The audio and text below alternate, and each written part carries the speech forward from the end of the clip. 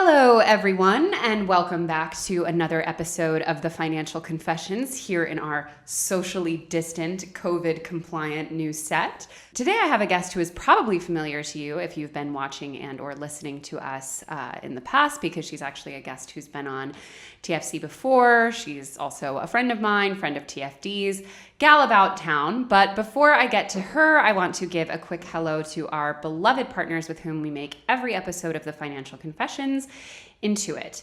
And as I've been mentioning here, Intuit's products have been, no joke, incredibly important to me over the past few months with all of the upheaval we're dealing with. As I mentioned, when we applied and received our PPP loan as a small business, the documents that we had to get together, reports, payroll statements, all of that kind of stuff would have been very difficult to collect all in one place if we hadn't already been longtime users of QuickBooks, who are very, very diligent about sorting all of that stuff and making sure our information is easily accessible. But QuickBooks is incredibly good at making that stuff very intuitive. But of course, QuickBooks is just one of many Intuit products. They also make Mint, a free budgeting app that I've been using for like 7 years. They make an app called Turbo, which we'll talk about a little bit later. They make TurboTax, all kinds of great stuff. And we'll be getting into a little bit more about their products later. But if you simply cannot wait to get started, please check them out at the link in our description or the show notes. As promised, today we have a guest who you may know, another city gal. She walked here, as did I, because we're very compliant. We're very on our stuff. Her name is Stefanie O'Connell. She's a personal finance expert, a runner, a traveler, a wearer of kicky bodycon dresses, all kinds of things. Tell us about yourself, Stefanie. Hey, I'm glad to be here. How are you? Taking a sip of seltzer water. Yeah. How is anyone? I felt like I was gonna burst into tears when I said I am hesitating. Who am I? How am I? How am I? Who am I? What am I? No, Where I don't am know. I feel like someone I saw on Twitter recently put it really well. They said I feel like I'm walking across a frozen lake that has only an inch or two thin ice, and I just have to walk very carefully and not think about what's below me and not get too scared and just keep walking, because if I stand still for a minute and think about things too much, I fall through the ice and I'm in this complete chaos. I mean, that's pretty grim. I will say I'm a grim gal. We're now speaking in May, and I'd say in mid-March, I was very much in the icy water. I was I am going to get frozen inside of this. I'm not going to make it back out. Yeah. And that might be a little dramatic because I'm okay. Ultimately there's a lot of uncertainty and a lot of loss and maybe a little bit of grief, but I'm definitely on top of the ice, so I'm glad to be there. Yeah. But I don't know. It's just how do we move forward when there are no parameters around anything? There's so many unknowns around everything. I feel a lot more firm and on top of the ice, like I said, but I'm just when does it end? Is it going to be winter and freeze over, or is it going to be summer and we're all going to fall back through again? Yeah. I feel the same. I think we talked in March. We had a Zoom sesh or hangout sesh with another friend. And I think that was the bleakest. I think that was when everyone was just another hour in this new and fresh hell. It was really, really scary. And I think now the scariest thing for me, and we're filming this May 7th, so, by the time this airs, things could be different. Mm-hmm. But I think for me, the weirdest thing at this point in everything is the feeling that we've grown accustomed to what it feels like when things are put on pause for 6 to 8 weeks. I think about the PPP loans, that's 2 months of payroll. Mm-hmm. I would note 2 months of payroll based on 2019 numbers, which does not work to our advantage as we've grown substantially since. But nonetheless, the solutions and the stopgaps and what we're looking at are all kind of predicated on this implicit assumption that there's a pause and then there's some kind of resuming of normal. And when you think about the potential of people aren't going to be going back to restaurants for a year or more. Even in situations where there is massive aid and massive intervention, an enormous amount of establishments can't survive that for a huge amount of reasons. And I have a friend who runs a restaurant in Paris, and obviously the French government has been more aggressive about, subsidies and benefits and help to small business owners, but she is incredibly grim. But so, yeah, I mean, they're not a restaurant that can easily pivot to something like a delivery. Yeah. And even if they could, that's just not nearly enough for them. And this restaurant is her and her husband's life work. And she's like, I just don't know what life could possibly look like with even 6 months of this. If we miss our summer season, there's no getting back from that. And, you look at countries all throughout Southern Europe, 20% of Greece's GDP is tied to the tourism industry. 20%. Yeah. And you start to think about, okay, we could all paper over a situation for 6-8 weeks, maybe even 12, but a year, even with the best intentions, I just don't know how many people can survive it. Absolutely. And I think about, my own life. My husband was laid off almost immediately. Tell us about what your husband does. Yeah, my husband is a stagehand on Broadway shows. So he builds the sets, he pushes the sets out there, makes sure that everything's working correctly. He's one of the guys wearing black behind the scenes and makes it all happen.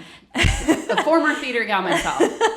Just for anyone who might not be familiar. But, that was certainly one of the things that's if you're going to have a gathering of 500 plus people, yeah, that's Broadway. So that's the first thing to go. And it also means it's going to be the last thing to come back. Sure. And we're lucky that, I own a business, but my business was very much impacted. I lost over $100,000 in revenue for projects that had been scheduled and were delayed indefinitely, let's say.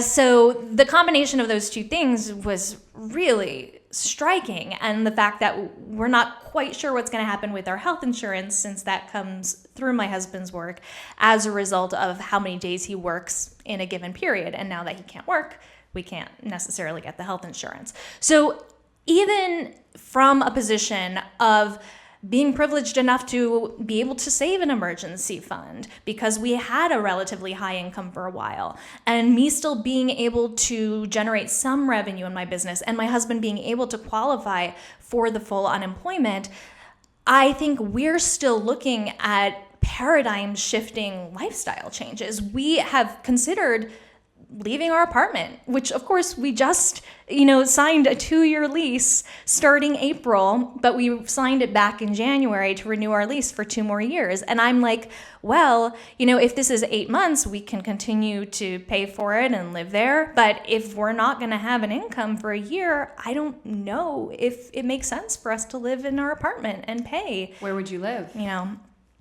Go be 34-year-olds living at home. What are we going to... Yeah. I mean, and even that's a huge privilege, and I know that, but it's I don't know, or live somewhere cheaper, or I don't know. But these are the kinds of shifts that we're considering making, and this is we're the people in the best possible position. So if we're in this position, what does it mean if you're not in that position? Yeah, my husband, who had to leave the country unexpectedly and is living there indefinitely for now, his work did help him some with the transition and moving over there. But now, rent's up to us and now we're carrying rents on, an apartment in New York and an apartment in Paris. And because of the nature of all the uncertainty, it's a furnished apartment. It's month to month, so it's not a cheap one for what we would, pay normally for a comparable unit.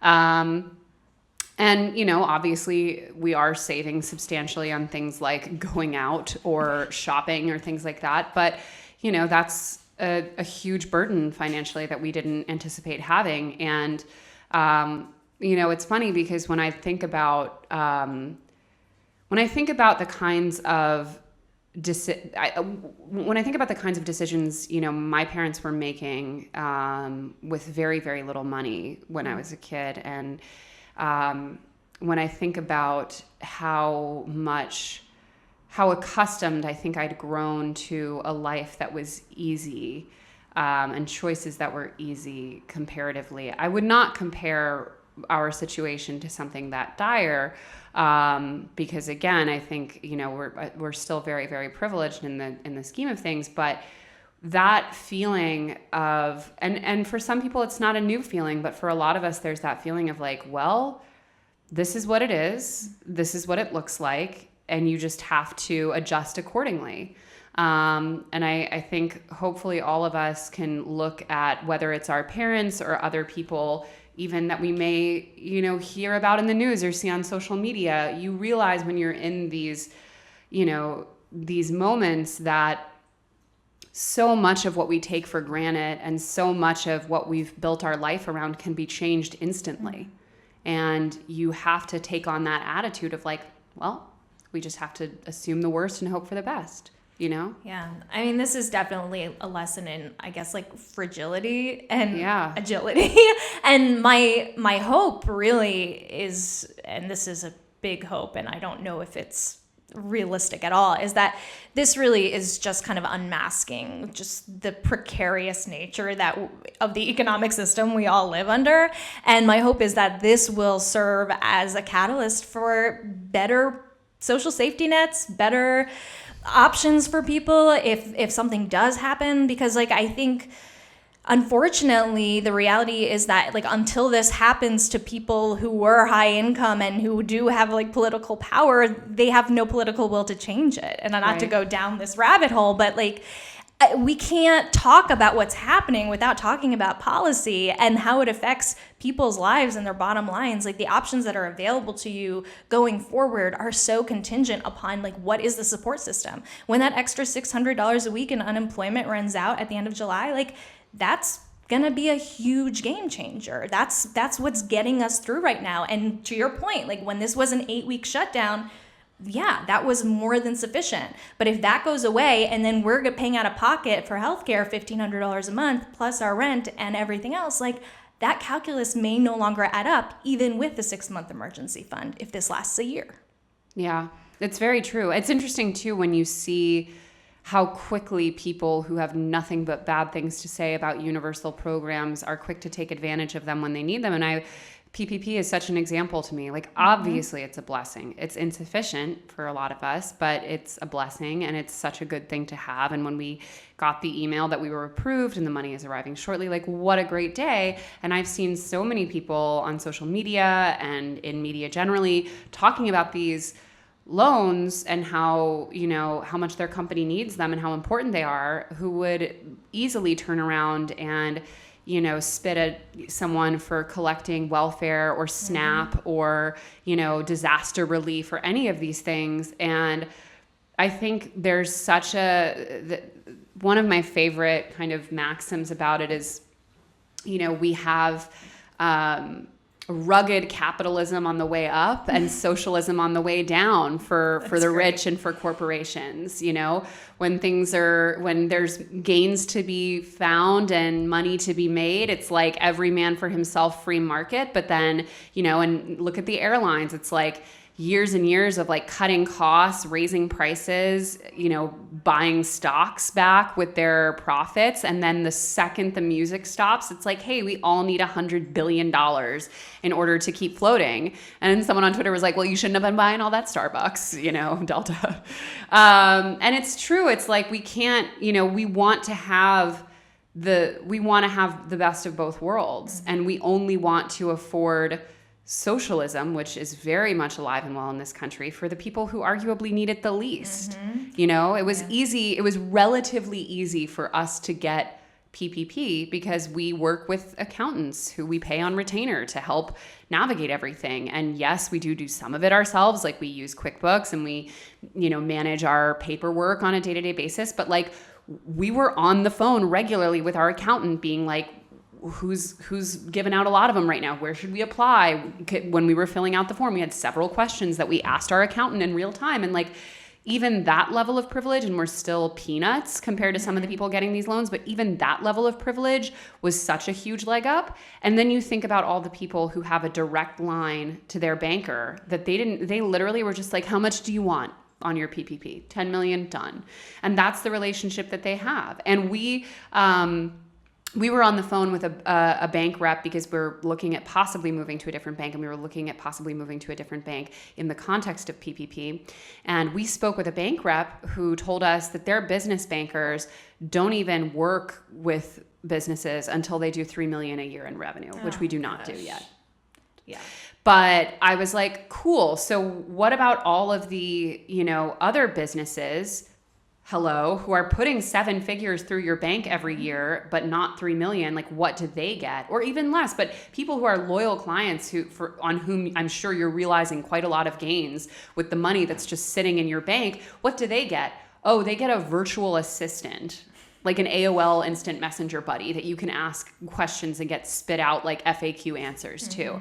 And I was just like, the extent to which it is so rigged in favor of the people who already have resources, and the extent to which they are just ready to open up their hands. Their executive compensation could easily cover what they took from PPP. Yeah. The other bizarre phenomenon that I've been seeing is that the people with some of the most actual need are very afraid to claim the benefits that they are entitled to for fear that it's going to take something away from someone else. I had several people be like, oh, well, I can't claim unemployment because there's someone who makes less than me and they probably need it more. And I was like, take it while you can get it. Please take it. Right. It wasn't related to the PPP, in which there clearly was a limited amount of funds. But even still, none of the people I'm talking to are not Shake Shack. Okay. But to your point, it's always the people who are critical of a system that gives handouts who are the first in line to be like, all right, let's get that money in here, even though I don't really need it. But then on the flip side, the people I know with a lot of need are afraid to take from someone else by claiming what they need. Well, I think a lot of it is tied up in identity. I think a lot of people want to think of themselves a certain way and are very aware, and not wrongfully so, that bad people, but people nonetheless, will have, perceptions of them if they talk openly about losing their job or having to apply for government assistance or any of these things. There's a huge, huge shame factor involved. And I think hopefully this massive shift will show people you can put endless amounts of work and time and resources into your job and create a whole identity around it. And when most, not all, but when most employers are going to make a calculation and they draw a line and you fall below it, sorry, bitch, Yeah, it's interesting what you said about identity, because my husband has been working his entire life. He was, as soon as you're legally allowed to work, he was scrubbing dishes in a hotel, and he was a maid at a hotel. And then as soon as he left high school, he did a work-study program for a year of college and then dropped out because he was working in the shop and he got a job offer. And he's been building this career ever since as a stagehand, and he's really kind of had this remarkable success story of going from working at the hotel making beds and then falling into this career that's a 6-figure job with union benefits, seems super secure. And I think it took him from 19 to 34 to get there, and that was it. And now that that's gone, I think there's a huge identity piece of it's not just about the loss of income. It's about the loss of feeling like you're a productive member of society who felt like you were able to accomplish a lot of the things and do a lot of the things through your hard work and your perseverance. And I think we definitely know that the narrative of hard work doesn't always equal success and financial gain. But I think just watching that kind of that maybe the American dream kind of crumble in front of him, which I think it has for so many people for so long, in so many different groups. But even watching it happen to someone who, I don't know, I'm just going down a rabbit hole here and I don't have a really good please. way of wrapping that up. I don't know. What you said about identity really resonated with me because I'm watching my husband struggle with it because he's like, and I think everyone has at some point, like, I did all the right things and I had this secure job and like I got like all the things I was supposed to get in place, and just how does it all mean nothing? And I think unfortunately that's been true for a lot of marginalized groups and populations for a long time. But I definitely, that to my point before, like, I hope that this is just like a wake-up call that nothing is safe if the system doesn't support you when things fall apart. You know, when any New Yorker hears it could be a year before Broadway comes back, it like feels like a gut punch. But like, even for people who have had to like cancel or derail major plans this year, you know, there's just such a feeling. It's like you just feel angry at God on some level. Yeah, and I think, you know, we're talking about how this affects our identities and our outlook and just the idea of fragility and, you know, what's certain, what's not. And I wonder what the long-term consequence of all of this will be. You know, if you spent the first 10 years of your career building something that you feel like you would then have like nothing to show for, or if you plan a wedding and then like you lose the entire deposit and you like you feel like you can't plan life events, you can't plan your career, you can't plan that you can afford your rent if you sign a 2-year lease, like, what can you plan and how does that change your choices and how does it change your outlook and approach to life? So I think there's going to be like a long-term effect that is going to inform our behavior after this, almost like a post-traumatic like stress totally. of some kind. It's having to give up the next few months in terms of having any kind of control.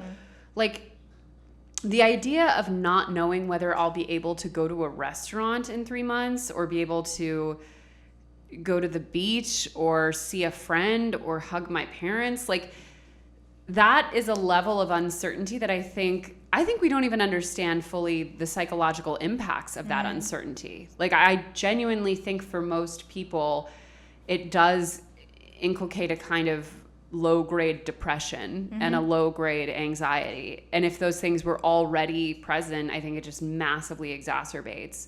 And I think, like, for me, it's funny because when I knew I was going to go see my husband, I had the tickets, I had confirmation from the embassy because it's very complicated, the borders are closed, all that. I immediately felt an enormous shift in my mood. And of course, part of that is being able to see him. But I think a huge and maybe more important part of it was that I had a concrete plan that had a date around which I could build things, towards which I could work, and at which a known event would take place. And the loss of that, I think in general, the loss of people, whether it is professional or personal or, you know, anything in between, I think the inability to have things to look forward to, or to have, or to anticipate, or to plan or prepare. You know, we talk so much about, you know, savings goals and short-term savings goals and what are you planning to save for this year and all these things. And it's like, could any of us, do we really even have short-term goals anymore?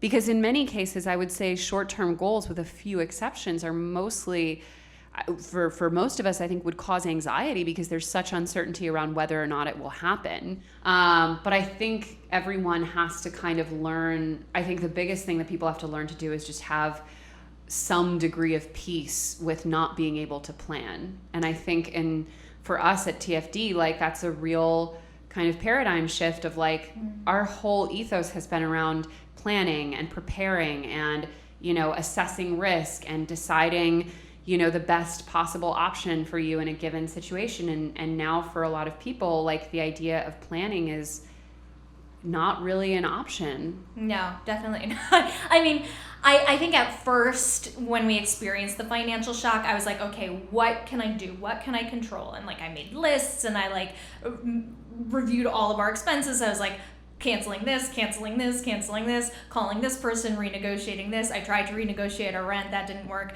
But like, I tried to do like all the things. And like, at first there was some kind of things I could do and things I could control. But at this point, like, I've kind of done everything I can do.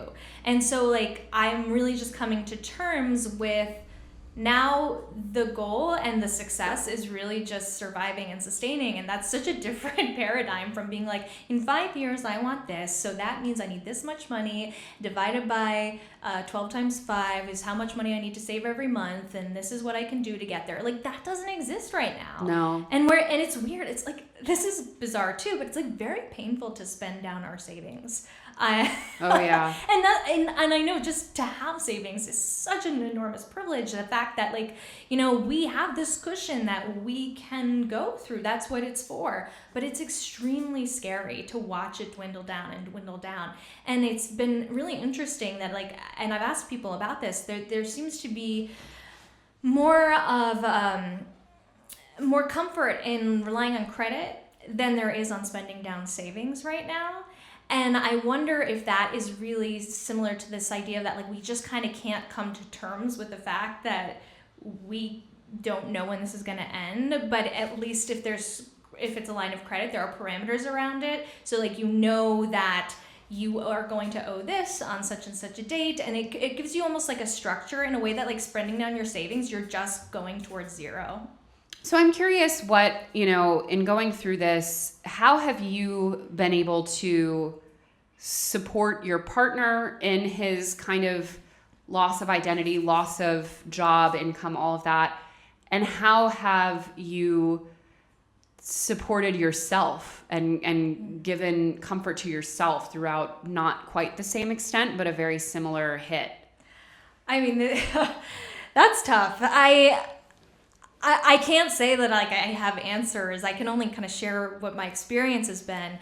And I think on the supporting my partner front, well, maybe I should start with myself, because it's really hard to support someone when, like, you're also going through, like, major emotional upheaval, although sometimes caring for someone else could be a nice way to kind of find purpose.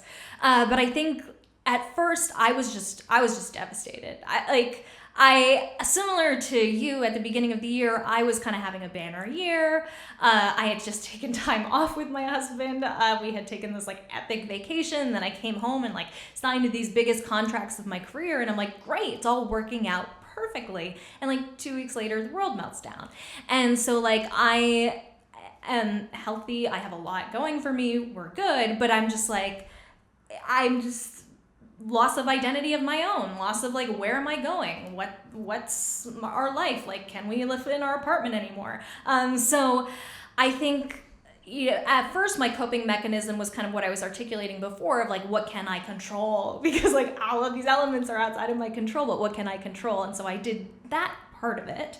But then once I kind of came to the end of that very short list of what I could control, I just, like, kind of stared into the abyss and, you know, did some really unhealthy things. Like, I have been having wine every day, or liquor. Like, we're very into cocktails right now. This is a coping mechanism. Not saying, like, I recommend it, but that's just, like, what we've been doing. You know, and I'm trying to find some structure, trying to find things right now that excite me.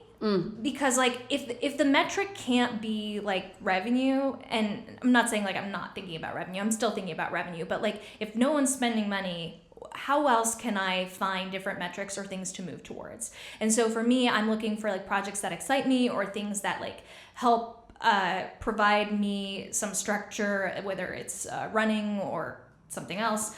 I'm just trying to, like, lean into those things. So I've started, like, trying to think about more things that I want to write than rather than I get paid to write. I'm thinking about things that, like, projects I want to pursue rather than, like, I will get paid to. Hopefully, of course, I need to get paid, but that's just kind of how I'm thinking and coping right now, and I'm in a better place, but I definitely don't have the answer. In terms of supporting my partner, I think a lot about, you know, talking with him about what does a lifestyle look like without work for a year, but also no income. Yeah. So, like, it's not like, you know, we're not working for a year, so let's go travel the world. Like, that's not the calculus. The calculus is, like, we can't spend any money beyond, like, the most base level necessities. So, like, you know, that's a huge it's a huge luxury to have that much time. So can we frame this within the perspective of like having this time to really think about the lifestyle we want and the things we want to do and the projects we want to take on. So like he definitely like re-downloaded his Spanish language learning app and like he's like, isn't he Mexican? Yes, but he doesn't. I speak more Spanish than my husband does. And he's like building benches in my parents' backyard. He's like helping them around their house and stuff because he has carpentry skills. So I don't know, like it's just a long-winded way of saying like we're trying to like reframe this as an opportunity not to like hustle or be whatever, like because we're grieving, like we're really struggling to get through every day still a little bit. But like if we can find the things that interest us that we maybe didn't have time to kind of discover or explore before, maybe like in the hour of the day where we have a little bit more grace with ourselves, we can pursue that. Yeah, I think that's all really good stuff. I think, you know, I definitely have found like I just have to say I hate Zooms. Like I'm calling people a lot now, like on the phone to talk. Point. True. But like I just like for some reason I think that the video chat for me on the personal level, like for work it's what it is, whatever. But like I think there was a huge emphasis at the beginning of this of like, you know, how to have like your Zoom cocktail party or like your Zoom dinner party or, you know, your Zoom whatever. And I think there was this real kind of, you know, huge desire to sort of recreate what we loved about real life through this digital platform. And I think for me, there's been more kind of peace and fulfillment in not trying to recreate what I liked about things before and leaning into like what is good about this time. And I feel like long phone calls are great and maybe okay, sometimes they're with a video component, but like I don't need to have like big, I don't want to have like a Zoom party. Do you know what I'm saying? Like I would rather, you know, and I think that's just me, and maybe it's because I'm like such a huge extrovert and such a social person that I'm like, this is like, I want the real thing. Don't give me this crappy knockoff, like, you know, synthetic drug. I want the real hit. But I think it's also that like, the financial / economic element of it was similar in the approach where it was like we were bracing ourselves for a temporary pause. And I think the mental shift of like, no, like this is, some form of this is going to be how things are for the foreseeable future, possibly for years to come. And obviously there are parts of life that will resume and things will, you know, find their way. But I definitely think when you're trying to treat this as a temporary, you know, challenge to get through as quickly as possible, like you're going to make things harder on yourself. Yeah. And I hope that, you know, for me, because again, having been in the quarantine alone, I think is probably a different thing mentally. But I do think that at the beginning, I was really trying to just like keep spirits high and keep things fun and keep them feeling fresh and like, let's, you know, spin a negative into a positive, honey. And like now I'm like, F that, F this, like. It feels weirdly more liberating and empowering to say like, this sucks. I hate it. I'm terrified. Every part of this is bad. I want this to be over as soon as possible. And it gives me anxiety every waking second. Yeah, I had that moment like very early on. I think like I was just like devastated so soon and so fast. So it's given me more time to kind of like come to terms with it and recover. But there also was, even if it was just temporary, I think in my head it was always temporary for like 4 months, which was still enough of like a total change of like what I thought 2020 was going to be. But then like that, going from that to like, especially for my husband's work, like a year, like even just him being in the same place as me all the time, like that is very hard. That is like, oh yeah, I'm really glad like that he's here, and I'm you know, I say that with a lot of sympathy for fine. What you're going through. No. Mark and I would be on each other's nerves to such an extent in core. Yeah, and I was actually like taking a little bit of a a detour here, but I was talking about it with one of my really good friends the other day, that like I'm really struggling because like even though my business isn't really making a lot of revenue, like I'm still trying to build, I'm still trying to create things, and it's a lot of work. But my husband has nothing. He has like no direction, no aim, no work. Like he doesn't know what to do with himself, and I am completely sympathetic to it. But it's also like I can't be there next to him all hours of the day while he's going through it, because like I need to try to like salvage something over here. And it's really hard because like in this moment, not only is he struggling, but also even not in this moment, his love language is definitely acts of service, which take time and headspace, neither of which I have in excess, because like all of my own time and headspace is like dedicated to like trying to salvage something of the business I run. Totally. So like there's also this kind of like guilt thing that I've been struggling with, like from the relationship perspective and like the being contained in the same space perspective, and like the idea of doing that for a year is like really tough. So it's intense. I in some ways, I'm not exaggerating. I'm in some ways grateful that Mark and I went through what I think we'll look back on as the worst part of the quarantine separately. Yeah.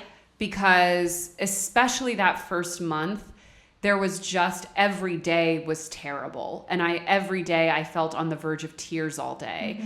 And some of that I'm sure would have been abated by having my partner with me. But I also think that we would have gotten on each other's nerves. But I also think that we would not have been the version of ourselves that we would want to be. Because in these times, especially if you're dealing with a level of precarity or loss or shifting an identity, like you're just trying to get yourself through the day. It's really hard to then have a lot to give to another person. And I think some people thrive on those conditions. I think some people are like, babe, let's one of the people on the team, like her and her husband, every morning they like write a daily household bulletin that they it's like a fake newspaper that they like put on their fridge, and they're like, today's activities, today's meal plan, like today's movie. And I'm like, Mark and I would be like not speaking to each other for like days on end. And it's because I think one thing that a lot of people are probably learning about themselves in isolation, because whether or not you're with a partner or you're with family or roommates, you're fundamentally separated from the vast, vast majority of your social networks and your social lives. So I think a lot of people are really crystallizing the kind of person they are. And I think I'm the kind of person who like shouldn't be around other people when I'm really upset, or when I'm having a rough time. And I think a lot of people are currently trying to navigate, whether in a relationship or anyone they might be living with, like, how can I manage to like, because when you're living with someone, and a lot of people now are living with their parents or other situations, like you owe them on some level the best version of yourself. And how do you do that when you're not even capable of doing it? When you're not even capable of faking it. And like, I feel grateful that I have had many, many nights to just like sit there by myself, scrolling the internet and like eating food. You know what I'm saying? And that by the time we see each other again, the world is in a place where like, if it's not better, and it probably won't be, we've at least gained some tools and rituals to navigate all of it a lot more healthily, I think. Yeah, absolutely. I find that our best days during these lockdowns are when we kind of like our best days in real life, when we both have our respective projects and things that excite us, and we're out doing things on our own, and then we come together at the end of the day and we share about it and maybe have too many cocktails. That's the unhealthy part of it. But like, I don't know, have like a Broadway dance party because there is no Broadway, and like, that's adorable. Trying to kind of recreate some semblance of the things that create our identity in a world in which like everything that used to make up our identity is kind of gone. Within like the context of our apartment, or when we're with our parents, like that's when we have our best moments. It's just like, that's a big lift when you're feeling depression and anxiety, which is like, I don't know anyone who's not feeling that at some level. Absolutely. We were just, we had another guest earlier who was saying that one of the things that he kind of mourns the most in this moment is no longer having things to tell his husband, because they do everything together, and they're in a 1-bedroom apartment together, and they watch all the same shows, and they hear all the same music, and there's no longer that ritual of, you come home and you talk about what you did that day or what you saw that day. Like and yes, of course, you can sometimes have great conversations in that, but there's so much of that is disruptive to the fundamental patterns of, how we form partnerships. And I think, like, I know couples, like I have one couple who, like, I truly, like, they live out in Texas. They have their little garden. They're constantly posting like adorable things about each other. They're just the most pure couple and they're thriving. Like the other day, the guy posted like this picture of the girl. She's like holding the martini before dinner and he's like so happy for like another Friday date night, would never want to be in a house with anyone else. Like, love you, babe. And they're like always making these like adorable food projects and like gardening and stuff. And I messaged them and I was like, you guys are like the best quarantine couple. Like, this is your glory. And I think that's wonderful. And I think some people are going to learn that like they maybe are even too distracted during the day and they want to be spending more time on these like really, really together projects with their partner. But I think other people, and I would put myself in that category, I already knew it about myself, but even more so now, like I need and he needs a lot of alone time. Mm-hmm. And I think it's weird when people are quarantined, I would imagine, to have so much time without 99% of other people, but no alone time. Yeah.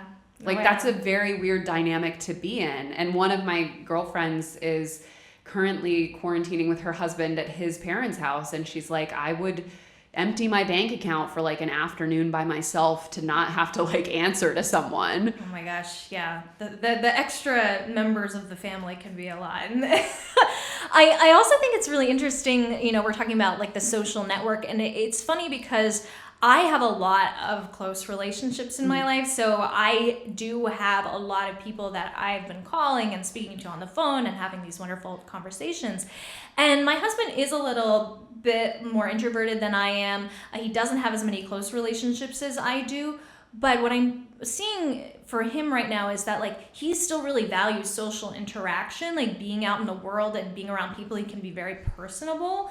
But like he's not connected deeply enough to anyone to like just like call up and have a Zoom call with. And so like in this moment, what does that gap in your social circle mean? Right. Right. I think that's a lot of straight men, honestly. Like I think a lot of straight men, like I feel very glad that my husband has a few like, friends that he has those really deep relationships with, and they're like zooming left, right, and center, those guys. But it's pretty rare. And like most of the men I know in my life, like their wife is like the majority of their social life in a really intimate way. And I think definitely the era of the acquaintance is going to probably not be super sustainable, because when I'm pretty confident that like this summer we'll be seeing people. I don't know in what context, but like even if it's like a backyard barbecue and everyone's in a surgical mask, like people are going to be socializing.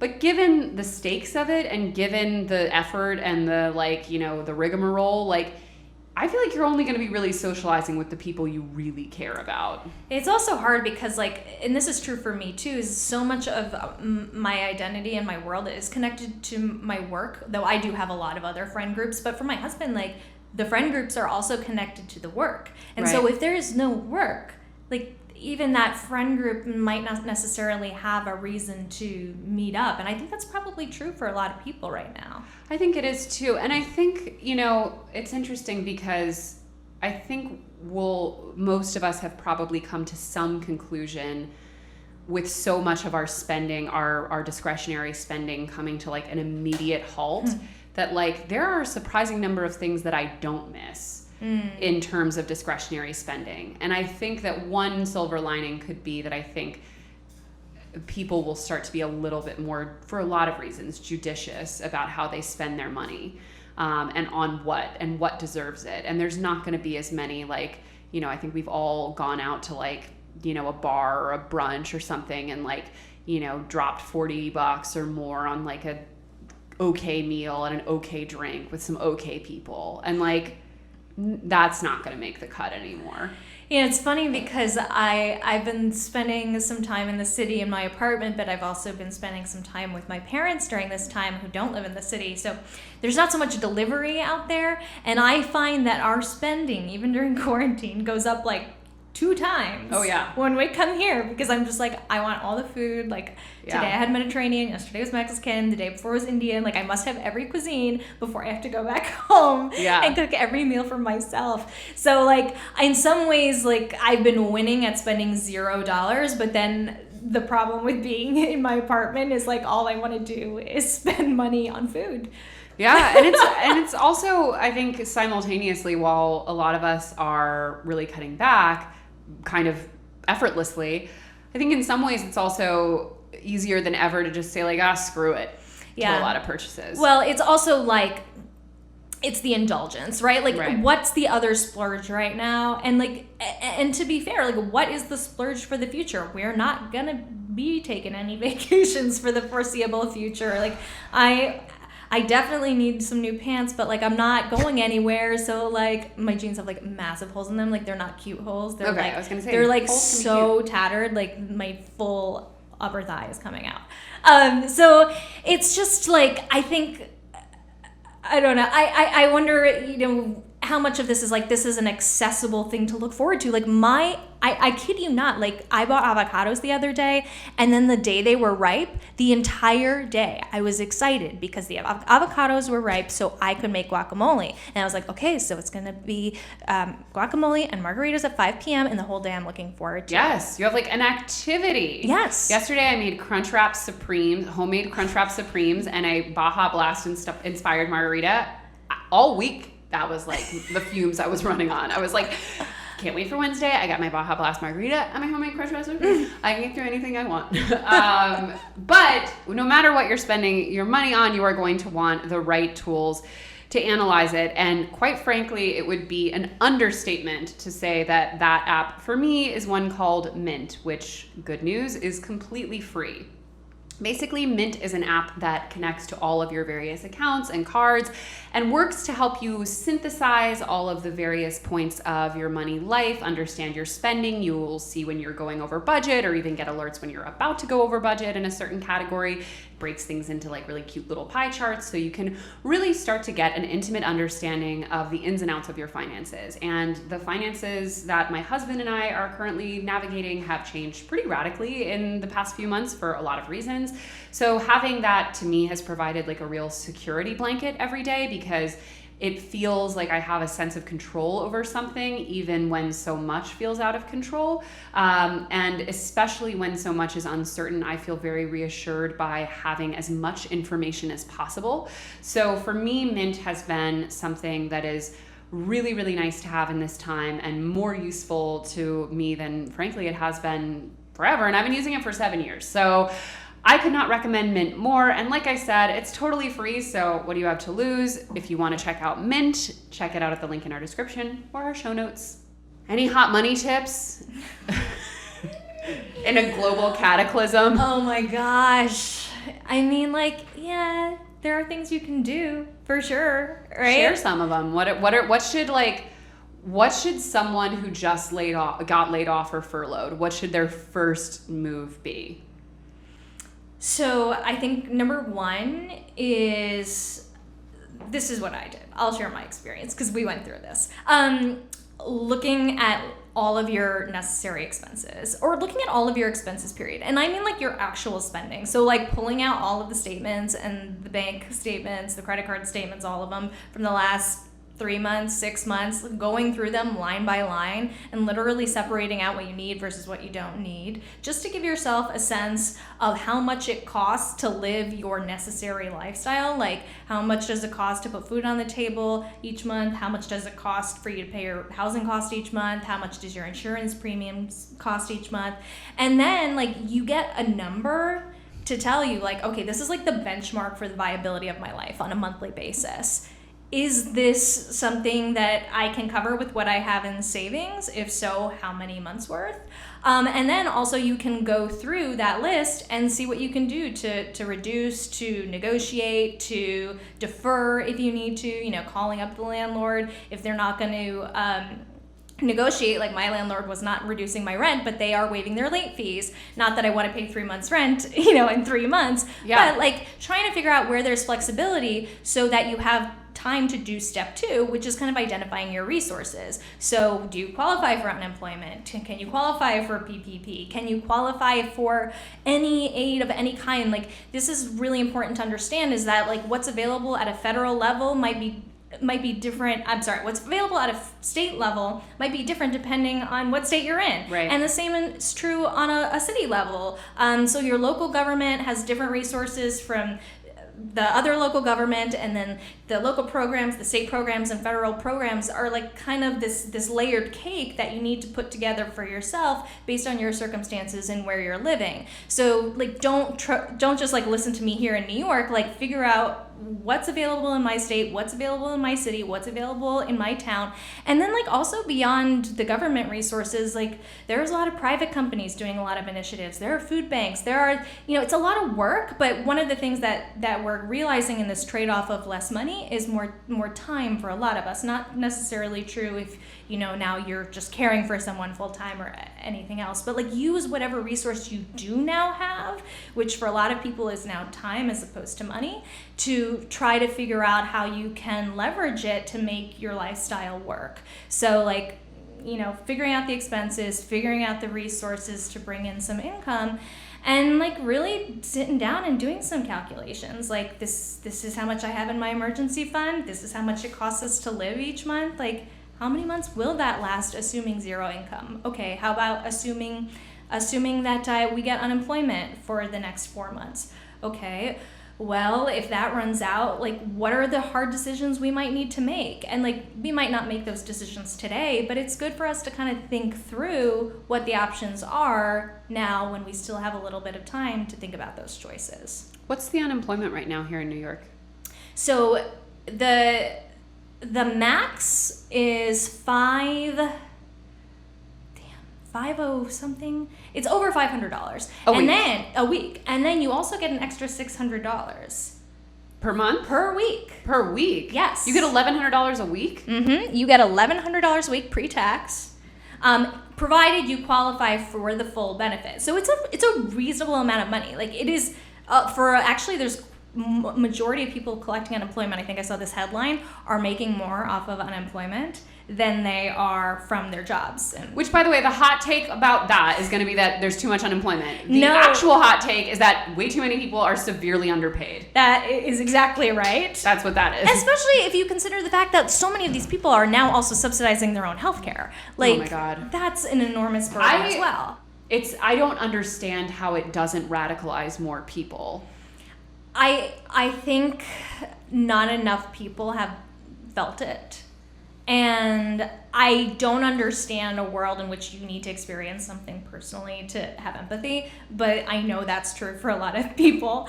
And my only hope is that, like, if this isn't the catalyst for a major change, like a new deal, I don't know what is.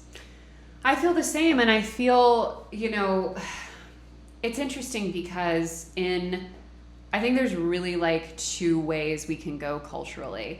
And in the best iteration, I picture a New York with like almost no cars and like green space and bikes everywhere, like very Amsterdam-esque. Like, it used to be New Amsterdam. Like, we should take more from their cues. And like, people being more conscientious. And like, I read some crazy stats pre-COVID about like how few, especially men, were washing their hands. Like, and so I picture like, this situation where we're leaning into the best of what communal living can be, and we're all being very conscientious, and we're all really taking care of each other, and we have a much higher focus on like, hey, if one of us isn't okay, like if one of us is sick, we all get sick. Mm-hmm. And then really extrapolating that out to a lot of other, ways of thinking. But I also feel, and I feel like this is a bit nihilistic, but also, I mean, in America, like there's a pattern here, and I feel like people wanting to like retreat out to big, oversized suburban McMansions and get a bunch of cars, and everyone's in their like SUV and like living in their own tiny little isolated fiefdom, because they feel that superficial level of distance and isolation will protect them. And it's like, honey, if your supply chain is infected, if your grocery store worker is infected, if, the migrant workers coming to, do agricultural worker infected? Like, it's working its way back to your, suburban enclave. No one is safe. Have you read about these bunkers in New Zealand that the ultra-rich are doing? Oh my God. Can we just lock them in their bunkers and be like, enjoy, babe. Yeah, don't let them out. You have 5 years to live. Enjoy it. And enjoy those 5 years. We'll talk in 5 years, Elon Musk. I think every episode of KFC from now to the end of the season is just going to have a hate on Elon Musk moment, because the last one did too. But there could not be a worse person right now. It's why are you just spending 24 hours a day yelling at people about how we should all go outside and lick each other? It's so deranged. Has he not done enough damage? But what do you say? I mean, has this changed? Has this whole kerfuffle changed how you feel about the business that you're building and what you want to be doing and what your message is and who you are professionally? I mean, I because we have some flexibility that we're not moving out of our apartment yet. We're not at that point in our life. So we have enough financial stability that we can just kind of take this time to sit and reflect. I've been doing a lot of reflecting, and I don't know. I really don't know what the future is, because I think one is I'm the kind of person who pivots a lot. I do follow my interest a lot and my instincts, which are always changing. And I find my career, and a lot of careers are cyclical. Nothing is really more than 2 to 3 years at a time, even if it's within the same business. Your book was probably 2 years, and then of course you were doing other things. You were building the YouTube channel, but it's and that's the dominant focus for a while, and then it becomes something else, and you're building out your team for 2 years or whatever it is.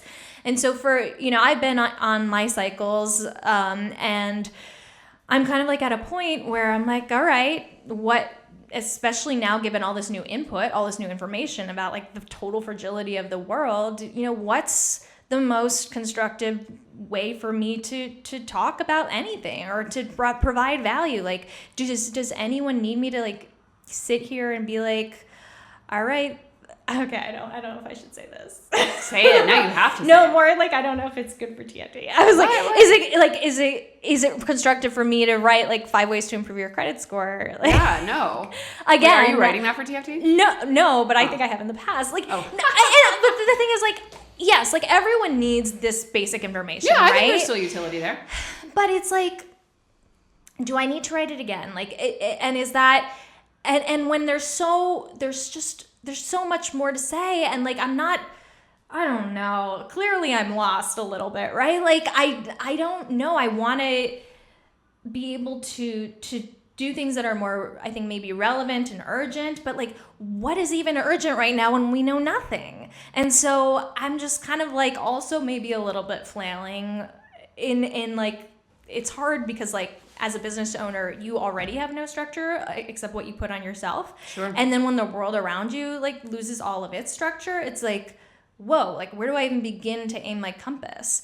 And so I'm just kind of trying to take the time to do some introspection and think about what I can be creating, how I can be helping more people, and who the hell knows? That's not a really satisfying answer, but that's kind of where I've been stuck. And I think one of the things that I've come to during this time is maybe living with uncertainty, and maybe letting other people live with a little bit more uncertainty is what we need right now, because it's always the people who are promising answers to everything. That's when you get demagoguery. That's when you get this need to have certainty, and then the need to have blame, and then it's all about easy answers. And the fact is nothing is easy, and nothing is certain. And if we can all be a little bit more honest about that, and the messiness of it and the grayness of it, and the just me sitting here not having a satisfying answer, if we can allow all of ourselves to maybe not have a satisfying answer, maybe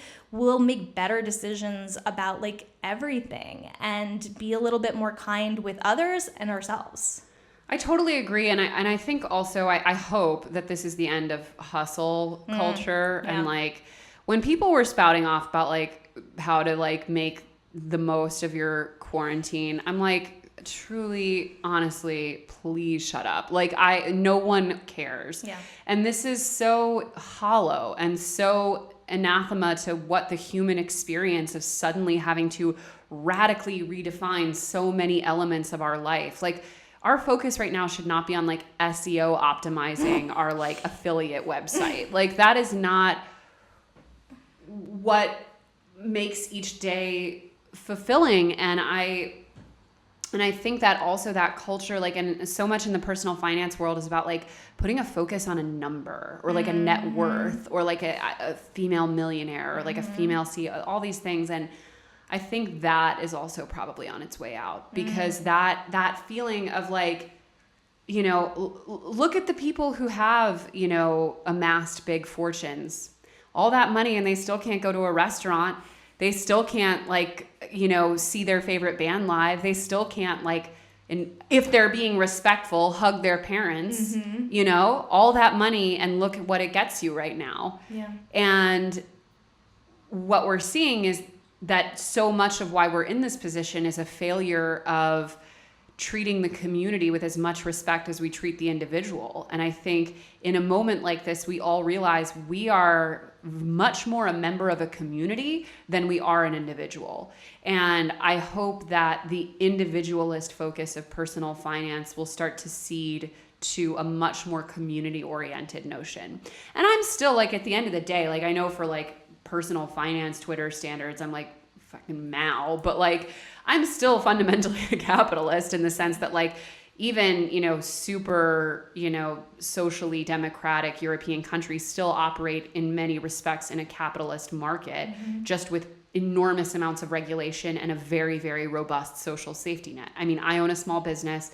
I like the idea that I can operate my business in a free market. Like, but the answer cannot be every man for himself. And I think that when we see, like, you can have as much as you want, but if everyone around you is getting sick, it's worth nothing. You know, that I hope is something that will stick with people. And, you know, it's always an example that I give. It's always been an example that I use in this context, but like, the focus should be less on how we can all like radically pare down our lifestyles to pay off a massive student debt burden in a small amount of time. It should be like, how can we use all of our resources and energy to organize so that future generations are not crippled, and even our generation is not crippled by this debt, you know? And that's why it gets like, I've always felt so, like, I know that debt-free is such a big thing for people. And it's, you know, people love to see it, and such a big, satisfying thing to celebrate. It's so clean. It's so final. And when I see people who are celebrating being debt-free, I do celebrate with them to an extent personally, because I've been in collections. I've been in debt. I know how crushing it feels, how anxiety-inducing, and how, like, what an accomplishment it is to get over that hill. But I always do have a feeling of like, you should not have been in $300,000 of debt in the first place. Like, that is a mistake and a failure of your community. And I hope that, like, you know, I'm sure there are plenty of people who, to your earlier point about your husband, were doing everything right, making all of their, you know, the maximum payment they could every month to work down their principals, and like putting money away and doing everything. And then you're done. You can't pay any of that anymore. And if your identity and your worth and your value is tied up to how close you are to being debt-free, or how close you are to a specific goal, like, that like is early retirement, or even like in many cases, like home ownership, you know? And I think, like, you know, I look around at the people who had big life moves planned this year, buy a home, have a kid, do all of these things. And like, for many of them, it's just like someone, you know, they had like set up this whole like little board game in front of them, and someone just came and flipped the table, you know? And it's like, the framework of perceiving money as an individual accomplishment and an exercise of individual discipline and rigor and character is completely undercut by a reality in which everyone's house of cards can be knocked over in 10 seconds. And all that you built until that is worthless, essentially. And again, even if you did manage to amass a great fortune, I mean, listen, I'm sure the FIRE people are not really like living all that differently now than they were pre-Rona, but, you know, I'm sure there are plenty of people out there who hoarded money and now, like, what does it buy you?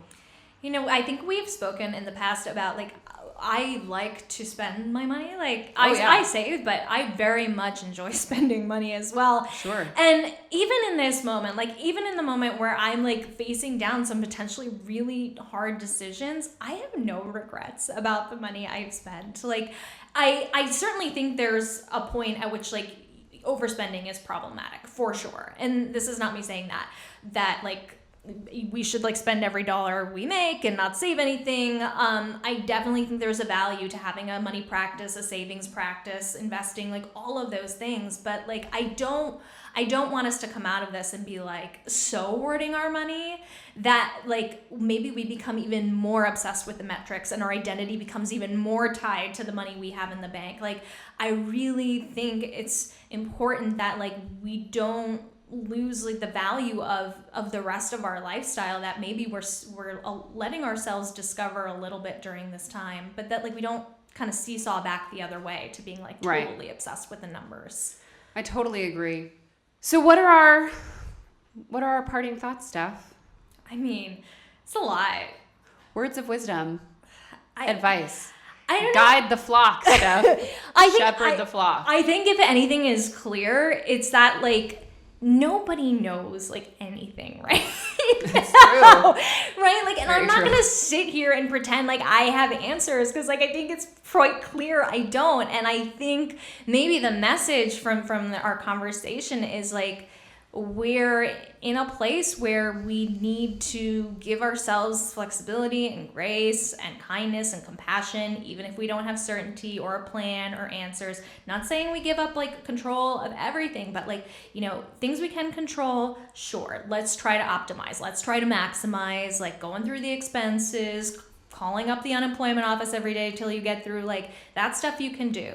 But there's a lot you can't do, and, like, it's okay. Like, it's okay if this year is not the year you make $1 million, right? Oh yeah. Like, and quite frankly, like, a lot of the people I see trying to do that look gross doing it. Oh my God. So, There are, like, so many people in the personal finance community are like, I'm going to make 2020 my best year. Yeah. And I'm like, okay, fucking chill out. Like, Yeah. aren't you, like, I mean, like, do you have not, like, are you not even human enough to be like, I'm having a rough time? yeah. And that's our parting message. Like, I think we're having a rough time. And I'm having an extremely rough time. And that's okay. Like, Yeah. it's okay to have to use your credit card. And it's okay to have to spend your savings. And, like, that's what these tools are for.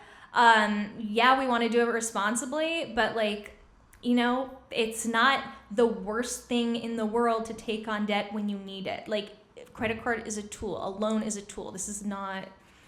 I'm not going to say he who shall not be named, but, like, this is not, Yes. like, any kind of, like, black and white advice that is, like, this is just, like, I have no words right now. I have no words. Yes. I love that.